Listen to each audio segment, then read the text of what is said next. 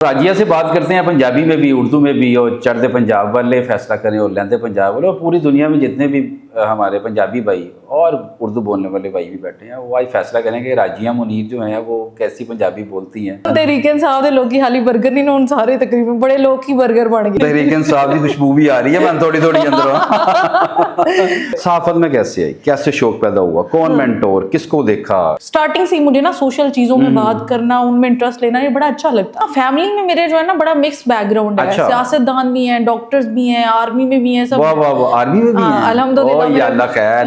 دیکھیں، جب تک آپ جس چیز کے بارے میں سنتے ہیں، آپ اس چیز کو جب تک ایکسپلور نہیں کریں گے، اس چیز کے بارے میں ایکسپیرینس گین نہیں کریں گے، تو آپ دوسروں کی تو اصلاح میں نہیں بیٹھے رہیں گے۔ جب تک میڈیا پڑھنے والا اسٹوڈنٹ خود اپنی چیزوں کو لے کے پیشنیٹ نہیں ہوگا، وہ نہیں آگے جا سکتا۔ آپ کو پتا چینل میں سیلریز بہت کم ہوتی ہیں، ڈیفینیٹلی۔ وہ بہت بڑے اینکر ہیں، چند پاکستان کے جن کی سیلریز بڑی باری برکم سیلریز ہیں۔ نئے آنے والے بندے کی سیلری اتنی نہیں ہے، نہ ڈیجیٹل میڈیا میں، نہ مین اسٹریم میڈیا میں۔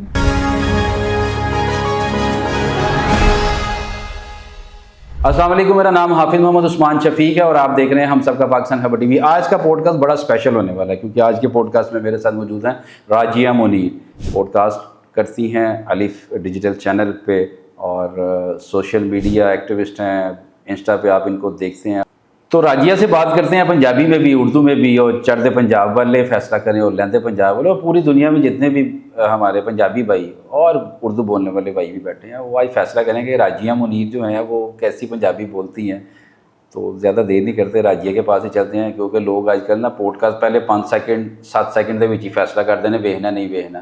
تو راجیہ کی پنجابی بھی سنتے ہیں، اردو بھی سنتے ہیں، اور اس کا ایکسپیرینس بھی پوچھتے ہیں کہ ان کو کن کن مشکلات کا سامنا کرنا پڑا ہے اس میڈیا انڈسٹری میں، اور جو سانحہ ہو رہے ہیں، جو ابھی کچھ دن پہلے بھی ہمارا عسکر والا اور اس سے پہلے ثنا یوسف والا، تو خواتین کو کن کن مسائل کا سامنا کرنا پڑتا ہے میڈیا انڈسٹری میں۔ پنجابی میں بھی پوچھیں گے، اردو میں بھی پوچھیں گے۔ تو ہمارے ساتھ راجیہ منیر۔ السلام علیکم۔ وعلیکم السلام۔ انٹرو صحیح لگا؟ A1۔ بور تو نہیں ہوئیں گے لوگ؟ نہیں، بالکل بھی نہیں، بالکل بھی نہیں۔ پکی بات ہے؟ ہاں بالکل۔ پنجابی میں نے سنی انسٹا پہ اور مختلف آپ کے سوشل میڈیا کلپس دیکھے، بڑی شاندار پنجابی بولتے ہیں تسی۔